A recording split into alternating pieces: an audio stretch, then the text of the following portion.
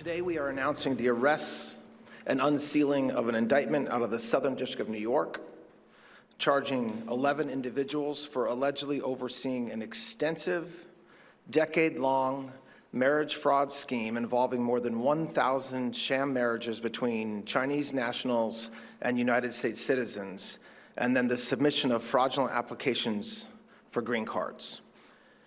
This is one of the largest marriage fraud prosecutions in United States history. This scheme was not a quick fly-by-night operation, but rather a years-long, multi-million-dollar cottage industry to criminally assist people who would not, or legally could not, otherwise become citizens of the United States. The men and women who facilitated this scheme were all naturalized citizens originally from China and one green card holder.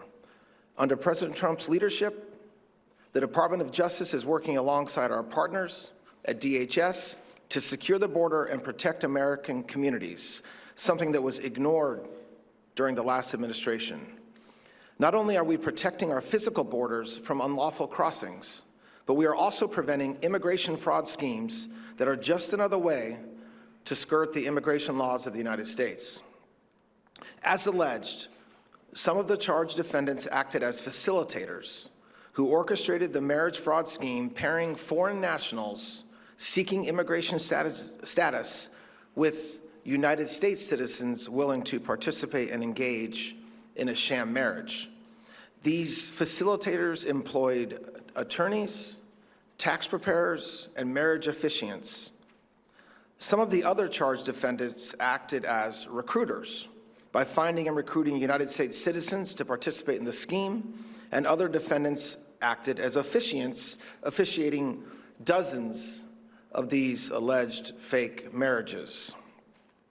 Now, the way that this scheme allegedly worked is the facilitators used social media and other forms of advertising to market fraudulent immigration services to foreign nationals, primarily from China, and Chinese nationals would pay these facilitators as much as $100,000 for assistance in obtaining a marriage, which then allowed them to apply for a green card. The facilitators also paid willing U.S. citizens as much as $30,000 to engage in the sham marriage with the foreign national. Now, often after these phony ceremonies, defendants would stage images of families at restaurants to create the appearance of a legitimate wedding, and some of the defendants also facilitated sham marriages overseas in China. After the marriages took place, the actual ceremony, the then married couples would visit a local office affiliated with the scheme, sign forms for submission to the U.S. Citizenship and Immigration Services, learn about the USCIS interview process to apply for a green card, and then execute prenuptial agreements, which, not surprisingly, given the allegation these were sham marriages, waived their rights to share in the other's estate upon death, child support, and other claims in marital property. One prenuptial agreement even provided that, and I'm quoting from the indictment, except in the name of husband and wife, both parties live independently and must not interfere with each other, end quote.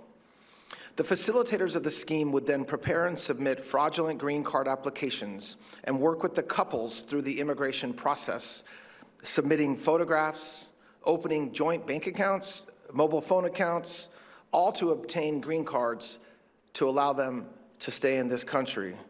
But that's illegal.